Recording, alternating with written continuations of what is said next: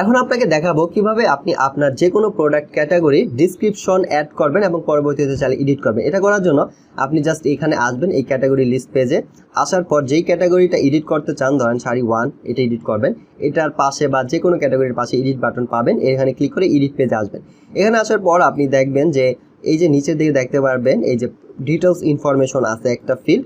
এইখানে আপনি এই প্রোডাক্টের, এটা টান দিলে আরও বড় হবে, এই ক্যাটাগরি সম্পর্কে ডিটেলস কিছু যদি আপনি লিখতে চান সুন্দরভাবে, এই ক্যাটাগরির কী উপকারিতা কী অপকারিতা, মানে যা খুশি তাই ক্যাটাগরি ডিসক্রিপশন বা প্রোডাক্ট ডিসক্রিপশন কীভাবে লিখতে হয় এটা আশা করি আপনি জানেন। যদি যান, আপনি যদি প্রয়োজন মনে করেন, আপনি এইখানে সুন্দরভাবে যেই ক্যাটাগরি, প্রত্যেকটা ক্যাটাগরি রিলেটেড সুন্দরভাবে ডিসক্রিপশন এখানে আপনি লিখবেন। ঠিক আছে, লিখে জাস্ট আপডেট দিবেন, তাহলেই এই ক্যাটাগরির সাথে এই ডিসক্রিপশনটা অ্যাড হয়ে যাবে প্রোডাক্ট ডিসক্রিপশনের মতো। তারপরে ওই ক্যাটাগরির বাইরে আসলেও ওই ডিসক্রিপশনটা শো করা হবে। বাট আপাতত এই ডিসক্রিপশনটা ফ্রন্ট প্যানেলে বা আপনার কাস্টমার প্যানেলে শো করানো হয়নি, বাট কিছুদিনের মধ্যেই এটা শো করানোর, কোথাও একটা শো করানো হবে, উপরে নিচের দিকে মেবি হবে।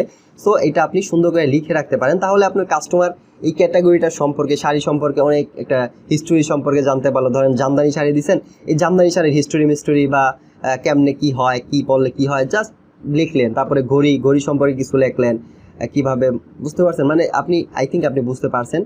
তো আপনি প্রোডাক্ট ক্যাটাগরি সম্পর্কে ডিটেলস সুন্দরভাবে লিখবেন, এটা লেখা ভালো। তাহলে যখনই আপনার কাস্টমার এই পেজে আসবে, সে ওই ক্যাটাগরিটা প্রোডাক্ট দেখার পাশাপাশি ওই ক্যাটাগরিটা সম্পর্কে পড়বে, জানবে এবং আপনার প্রোডাক্টটা কেনার আরও ইন্টারেস্ট বাড়বে, সম্ভাবনা বেড়ে যাবে। সো দেওয়ার চেষ্টা করবেন, কিছুদিন পরেই এই ডিসক্রিপশনগুলো এই বাইরের দিকে শো করার ব্যবস্থা করানো হবে।